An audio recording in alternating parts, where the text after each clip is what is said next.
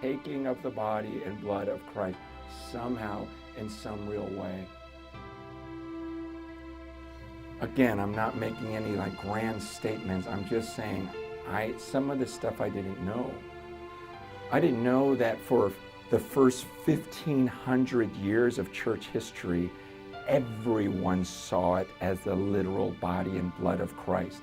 And it wasn't until 500 years ago that someone popularized a thought that it's just a symbol and nothing more. I didn't know that. I thought, wow, well, that's something to consider. While I won't make a strong statement, I will make a statement about this.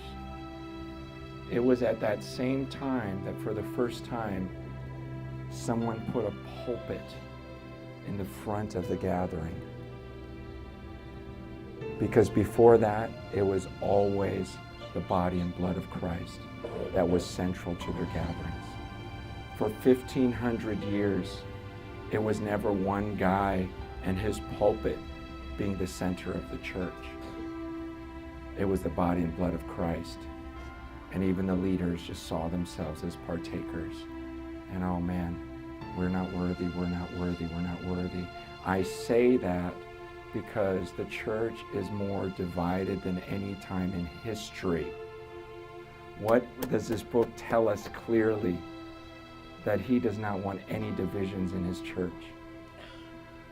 And for 1,000 years, there was just one church. Did you know that? We're so used to growing up in a time when literally there are over 30,000 Christian denominations right now. But for the first 1,000 years, there was just one. What was interesting is communion was at the center of the room every time they gathered. And it wasn't a pulpit where a guy preached after studying in his office by himself for 20 hours. See, right now we've got guys like me that go in a room, study. You know, that's what I was doing for years. Meanwhile, other guys went in their rooms and studied, and then we started all giving different messages, so many contradicting each other. And pretty soon it's like, well, I follow Piper, I follow Chan, I follow, you know, it's just like everyone's following different guys. I'm just saying, I believe there was something about taking communion out of the center of the church and replace it with a gifted speaker.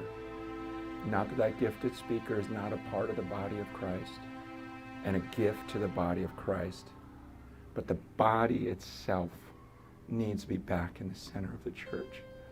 You guys, I've been dreaming about this. I've been praying about this, going, man, I would love it if one day in our country here in the U.S., people understood the body of Christ, that they were just a part of it, and they got excited to gather and partake of the body and blood of Christ. And they celebrated together, and that's why we gathered.